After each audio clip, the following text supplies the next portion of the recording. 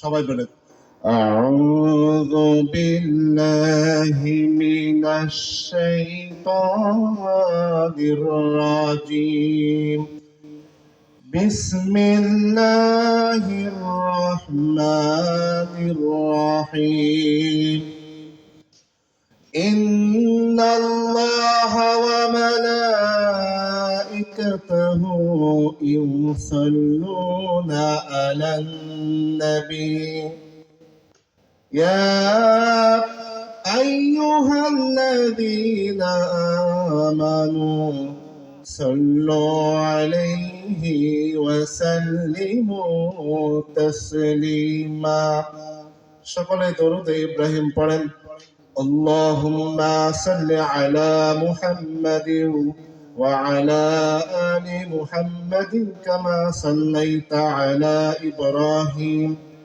وعلى آل إبراهيم إنك حميد مجيد اللهم بارك على محمد وعلى آل محمد كما باركت على إبراهيم وعلى آل إبراهيم إنك حميد مجيد بلغ العلا بكماله كشف الدجى بجماله حسنت جميع خصاله صلوا عليه وآله একটু জিকির করেন লা ইলাহা ইল্লাল্লাহ লা ইলাহা ইল্লাল্লাহ লা ইলাহা ইল্লাল্লাহ লা ইলাহা ইল্লাল্লাহ লা ইলাহা ইল্লাল্লাহ মুহাম্মাদুর রাসূলুল্লাহ সকলে বলেন সাল্লাল্লাহু আলাইহি ওয়াসাল্লাম। উপস্থিত হাজিরিন, শাওরাতালা মাদ্রাসা পাড়া যুব সমাজের উদ্যোগে আজকের এই মাহফিল আয়োজন করা হয়েছে। আজকের মাহফিলের প্রধান বক্তা হিসেবে বক্তব্য দেবেন মুফতি আব্দুল মুকিত সাহেব। আজকের দ্বিতীয় মেহমান হিসাবে থাকবেন হযরত মাওলানা আতিয়ার রহমান সাহেব এবং সামনে উপবিষ্ট রয়েছেন দিনদার, পরহেজগার, ইমানদার প্রিয় বান্দাগণ এবং আমার পাশে বসে আছেন আলেমে দ্বীন এবং পর্দার আড়ালে রয়েছেন মা ও বোনেরা। সকলকে আমার পক্ষ থেকে আন্তরিক মোবারকবাদ, সালাম। আসসালামু আলাইকুম ওয়া রাহমাতুল্লাহি ওয়া বারাকাতুহু। উপস্থিত হাজিরিন, আজকের কোরআনের মাহফিলের আয়োজন করা হয়েছে। এটা অত্যন্ত গুরুত্বপূর্ণ আমাদের ফজিলত, ঠিক না? এই মাহফিলে সকলের বসা হয় না। আল্লাহ তাআলা যাকে চান সেই শুধু এই মাহফিলে বসতে পারেন। আল্লাহ তাআলা রাব্বুল আলামিন খুশি করে আমাদেরকে এই মাহফিলে বসার জন্য তৌফিক দান করেছেন। সকলে বলুন আলহামদুলিল্লাহ। লাখো কোটি দরুদ এবং সালাম জানাই যিনি হচ্ছেন আখির জামানার সর্বশ্রেষ্ঠ নবী জনাবে মুহাম্মাদুর রাসূলুল্লাহ। সকলে বলুন সাল্লাল্লাহু আলাইহি ওয়াসাল্লাম।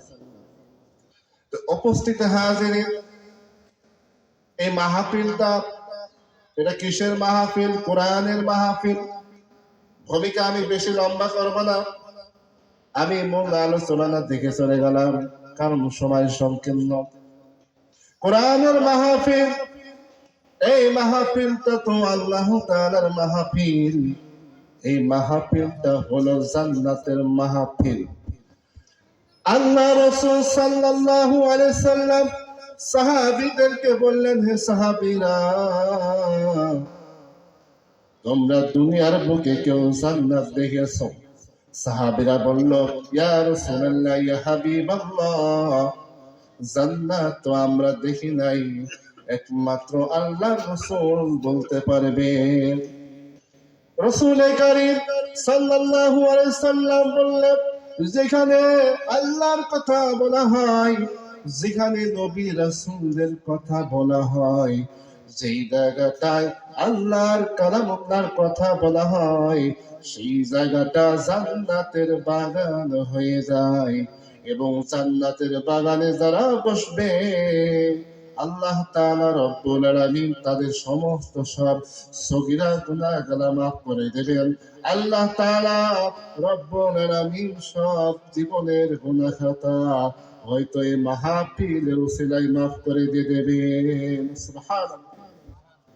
সেই আল্লাহ তাআলা, সেই পরিচয় হলো যিনি আমাদের সৃষ্টিকর্তা, যিনি আমাদের রব, যিনি আমাদের মালিক। তার এত বড় মহামহিমান্বিত নাম রয়েছে, তার নামের গুণগত মান বলে কেউ শেষ করতে পারবে না। আমার আল্লাহ তাআলা, তার নাম সম্পর্কে আল্লাহ তাআলা শব্দটি 4 বার বর্ণিত হয়। আলিফ লাম লাম হা, এই 4টা অক্ষর দিয়ে আল্লাহ তাআলার নাম শুরু হয়। এই 4টা হরফ দিয়ে 4 রকমের ব্যাখ্যা বিশ্লেষণ রয়েছে। আমার আল্লাহ তাআলা রব্বুল আলামিন এই 4 রকমের ব্যাখ্যা ঘোষণা করে দিলেন। ও বান্দারা, সমস্ত সব নামের বিকৃত হয়, সমস্ত সব নামের অর্থের তারতম্য করা যায়, কিন্তু আমার এমন একটা নাম, আমার নামের কেউ ব্যাখ্যা ভুল করতে পারবে না, কেউ তারতম্য করতে পারবে না। আমার আল্লাহ তাআলা ওপেন চ্যালেঞ্জ করে দিয়েছেন, কেউ ভুল করতে পারো কিনা, আসো, কিয়ামত পর্যন্ত টাইম দিলাম, কেউ পারবে না। আমার আল্লাহ তাআলা এই 4 হরফ দিয়ে বর্ণনা করে দিলেন, আল্লাহু লা ইলাহা ইল্লা হুয়াল হাইয়ুল কাইয়্যুম। আল্লাহ ছাড়া কোনো মাবুদ নেই, তিনি চিরস্থায়ী চিরঞ্জীব। এখন আলিফ বাদ দিলাম। আল্লাহ তাআলার নাম লিখতে গেলে সর্ববর্ণমালা প্রয়োজন হয় আলিফ। এই আলিফ যদি আমি বাদ দিয়ে দিই, তাও কি আল্লাহ তাআলার নাম কি শুদ্ধ হবে? আমার আল্লাহ তাআলা রব্বুল আলামিন বলে দিয়েছেন শুদ্ধ হবে। কিভাবে শুদ্ধ হবে? আল্লাহ তাআলার পরিচয় কি পাওয়া যাবে? আমার আল্লাহ তাআলা রব্বুল আলামিন ঘোষণা করে দিলেন, লিল্লাহি মা ফিস সামাওয়াতি ওয়া মা ফিল আরদ। আসমান জমিনের ক্ষমতার মালিককে, আসমান জমিনের মালিক হলো আমার আল্লাহ তাআলা। দ্বিতীয় অক্ষর নাম দিয়ে বললেন লিল্লাহ, আসমান জমিনের ক্ষমতার মালিক আমার আল্লাহ।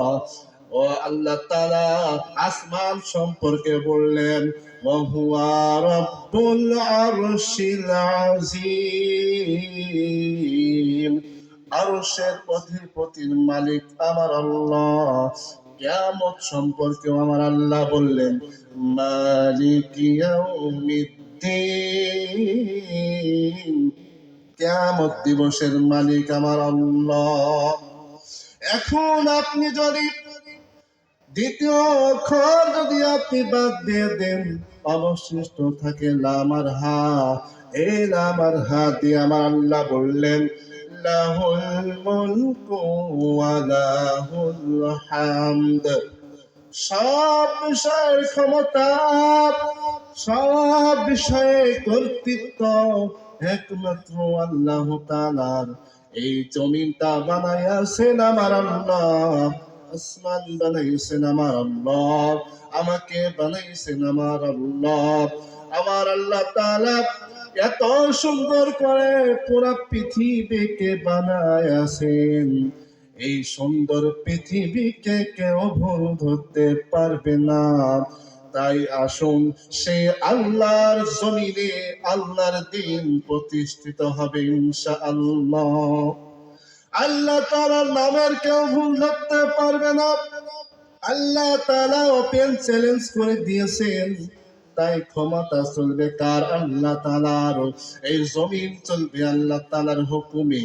আল্লাহ তাআলা জমিন বানাইছেন কুন ফায়াকুন বইলা, আসমান বানাইছেন কুন ফায়াকুন বইলা, পাহাড় পর্বত নদী নালা বানাইছেন কুন ফায়াকুন বইলা, কিন্তু আমাকে আপনাকে কুন ফায়াকুন বইলা বানাই নাই।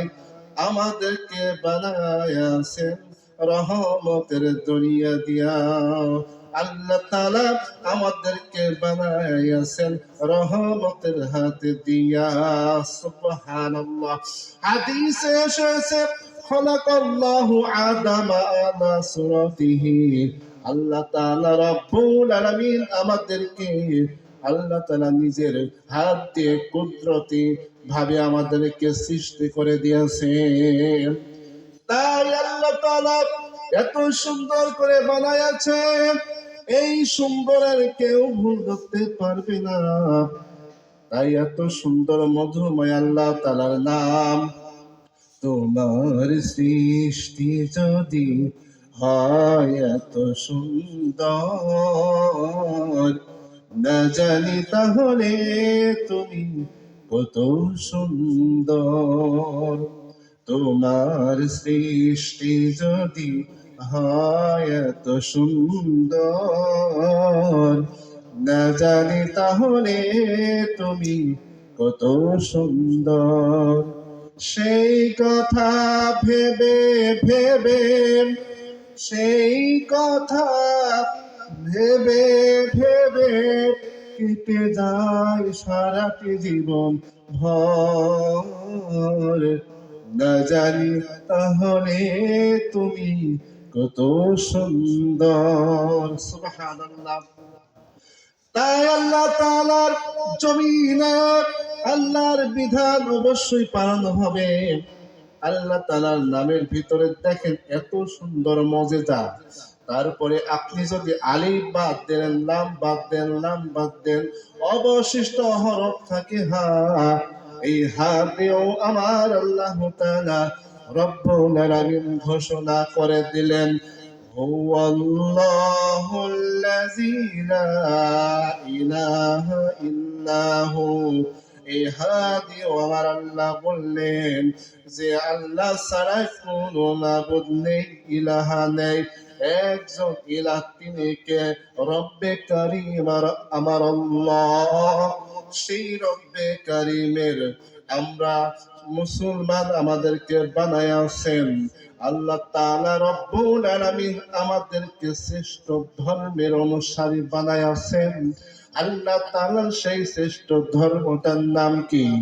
আল্লাহ তাআলা রব্বুল আলামিন বলে দিলেন, ইন্নাদ-দীনা ইনদাল্লাহিল ইসলাম। আল্লাহ তাআলার কাছে সব থেকে মনোনীত ধর্মের নাম হলো ইসলাম। শুধু ইসলাম ধর্মের অনুসারী